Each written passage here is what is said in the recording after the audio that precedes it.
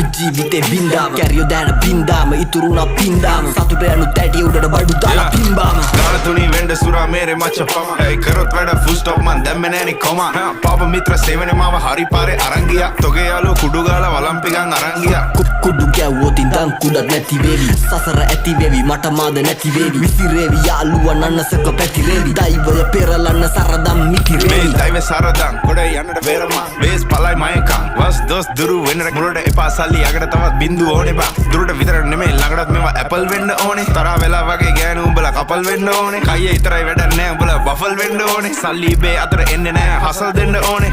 මුන්ට කියලා දීලා පුකක් දෙන්න ඕනේ